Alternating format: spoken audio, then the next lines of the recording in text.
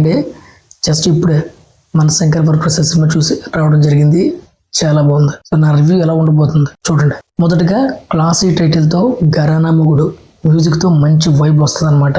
తర్వాత మెగాస్టార్ చిరంజీవి గారి pre flow attitude మాత్రం ఉంటుంది, సూపర్ గా ఉంటుంది ఈ సినిమాలో. నెక్స్ట్ థియేటర్ లో హుక్ స్టెప్, ఇక స్వామి థియేటర్ టాప్ లేచిపోద్ది.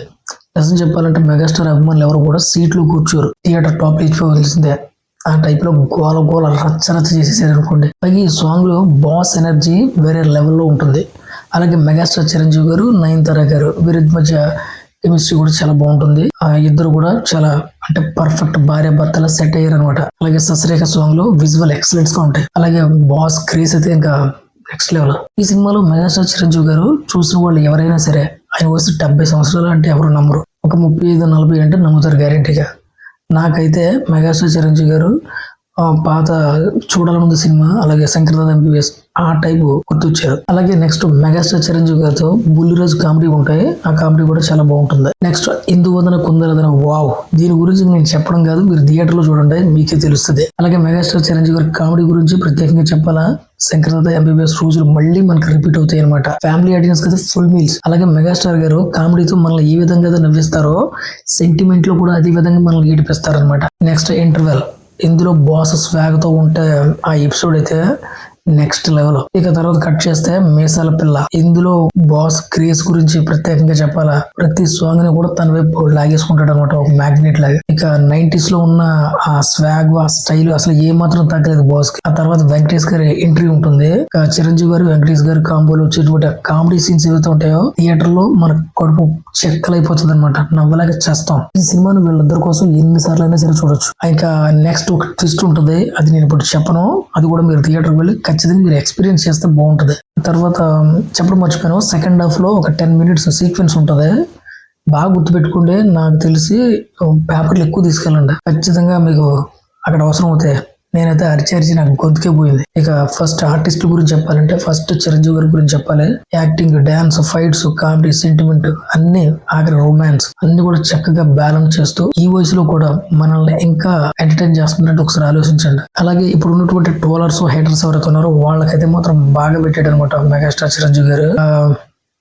ఏం చెప్పాలో తెలియట్లేదు, అంటే చాలా చెప్పాలని అనుకున్నాను వచ్చేటప్పుడు, కానీ మాటలు రావట్లేదు. ఎందుకంటే బాస్ మీరు నవ్వుతే మేము నవ్వుతాం, అలాగే మీరు ఏడిస్తే మేము కూడా ఏడ్ చేస్తాం అనమాట. నిజం చెప్పాలంటే ఈ సినిమా చూసి నేను బయటకు వచ్చిన తర్వాత తెలియకుండానే మొత్తం మైండ్ లో రన్ అవుతూ అలా ఉండిపోయాను అనమాట నేను. అంటే ఇది కదా మనం మిస్ అయిన చిరంజీవి గారిని, చాలా తర్వాత మనం మళ్ళీ ఆ పాత చిరంజీవి గారిని చూసాం కదా అన్న ఫీల్ ఖచ్చితంగా ప్రతి అభిమానికి కలుగుతుంది అనమాట. అంటే ఒక ఫ్యాన్కే కాదు, ప్రతి ఒక్కరికి కూడా. థియేటర్లో అయితే సీట్లకు దొరక్క పక్కన చిన్న చిన్న స్టూల్స్ తెచ్చుకుని కూర్చున్నారు అనమాట. మళ్ళీ చిరంజీవి గారు పాత రోజులు గుర్తు చేస్తున్నారు అనమాట. థియేటర్స్ అంతా మొత్తం లేడీస్ తోనే ఫుల్స్ అయిపోయాయి. అలాగే ఈ సినిమాలో డైలాగ్స్, మెగాస్టార్ గారు ఒక డైలాగ్ చెప్తారనమాట, ఆడలను కాపాడడానికి వాడే చట్టాలని మగాళ్ళకి కప్పెట్టడానికి వాడుతున్నారు అంటూ ఒక డైలాగ్ ఉంటుంది. ఈ డైలాగ్ అయితే మాత్రం థియేటర్ లో క్లాప్స్ పడుతూనే ఉంటాయి అనమాట.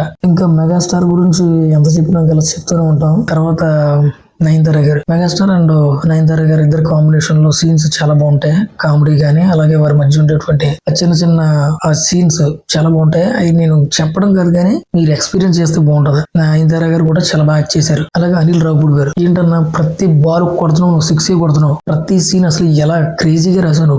ఒక ట్రూ ఫ్యాన్ బాయ్ ఒక సినిమా తీస్తే ఎలా ఉంటుందో అలా ఉందన్నమాట. ఇక్కడ మన అనిల్ రావుపూడి గురించి ముఖ్యంగా కొన్ని విషయాలు మాట్లాడుకోవాలి. ఏంటంటే ప్రతి ఒక్కరు ఆయన సినిమా చూసి క్రింజ్ అంటూనే ఉన్నారనమాట.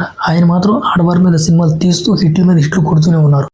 మీరు ఎంచుకున్న రూట్ అయితే మాత్రం నిజంగా సపరేట్ రూట్ అవ్వచ్చు, కానీ చాలా మంచి రూట్ అండి. ఎందుకంటే ఈ రోజుల్లో ఏ సీన్ కి ఏ బూత్ వస్తుందో భయపడుతూ చూస్తున్నటువంటి రోజులు, ముఖ్యంగా ఫ్యామిలీస్ తో ఒక సినిమా చూడాలంటే చాలా భయపడుతున్నటువంటి కాలం ఇది. కానీ మీరు మాత్రం చక్కగా ఫ్యామిలీతో సినిమాలు చూసే విధంగా మంచి సినిమాలు చేస్తున్నారు. ఎందుకంటే చిరంజీవి గారిని కూడా అంత చాలా బాగా చూపించారు మీరు. ఆ విషయంలో మిమ్మల్ని అభినందించాల్సిందే. ఇక నెక్స్ట్ సినిమాకి ఒక పిల్లలు ఎవరంటే భీమ్స్ గురించి చెప్పాలంటే రాజమౌళి గారికి కీరవాణి ఎలాగో, సుకుమార్ గారికి డిఎస్పీ ఎలాగో, త్రివిక్రమ్ గారికి తమన్ ఎలాగో, అనిల్ రావుపూడికి భీమ్స్ అలాగనమాట. దంచేశాడు మెగాస్టార్ ఇంట్రడక్షన్ నుంచి ఎండ్ కార్డ్ వరకు కూడా.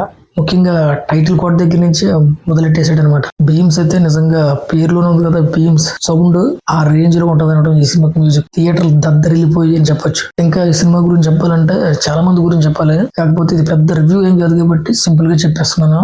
నేను ఈ సినిమా చూస్తున్నప్పుడు రివ్యూ చెప్పడానికి ఫోన్ తీసి కొంచెం టైప్ చేద్దాం అనుకునేవాడు, కానీ ఫోన్ తీద్దాం అనుకున్నా ఎక్కడ ఏ సీన్ మిస్ అయిపోతానో అని ఫోన్ లోపల పెట్టేసేవాడు. ఇంకోటి ఏంటంటే ఒక్క నిమిషం కూడా అసలు బోర్ కొట్టలేదు, ప్రతి నిమిషం నవ్వుకుంటూనే ఉంటాం. ఈ సినిమాని ఎన్నిసార్లు చూడొచ్చు. నేనైతే ఎన్నిసార్లు రిపీట్ చేస్తానో నాకే తెలియదు. అంటే ఒకసారి ఆలోచించుకోండి, నేను ఈ సినిమా చూసి బయటకు వచ్చిన తర్వాత అనిల్ రావిపూడి గారికి ఒకసారి థ్యాంక్స్ అని చెప్పుకున్నాను. ఎందుకంటే ఇది కదా మెగాస్టార్ నుంచి మనం మిస్ అయింది, మెగాస్టార్ నుంచి మనం ఏదైతే కోరుకున్నామో ఈ సినిమాలో అన్ని ఉంటాయి అనమాట. సో ఇది చాలదా ఈ జీవితానికి అనే రేంజ్ సినిమా ఇది అన్న ఫీలింగ్ నాకు కలిగింది అనమాట బయటకు వచ్చిన తర్వాత. ఇక హేటర్స్, చిరంజీవి గారిని విక్రమ్, జైలర్ ఇలాంటి సినిమాలు చేయాలని చాలా మంది అన్నారు కదా.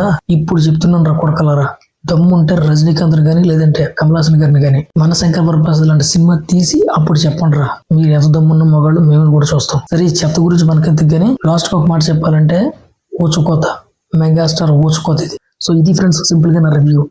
మార్నింగ్ డీప్ గా ఇంకా ఎక్స్ప్లెయిన్ చేస్తూ చెప్తాను. సో అప్పటి వరకు బాయ్.